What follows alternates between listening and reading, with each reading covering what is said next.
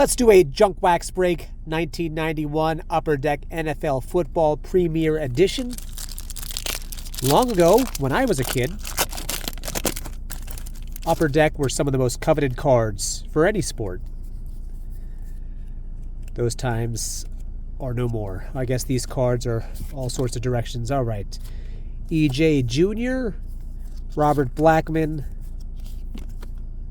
Steve Broussard, Bruce Matthews, Sean Landetta,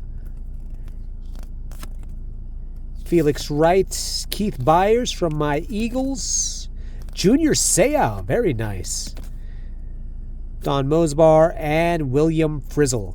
All right, quick little break there. It was nice to pull this Junior Seau. Be sure to hit like and subscribe. Thank you for watching.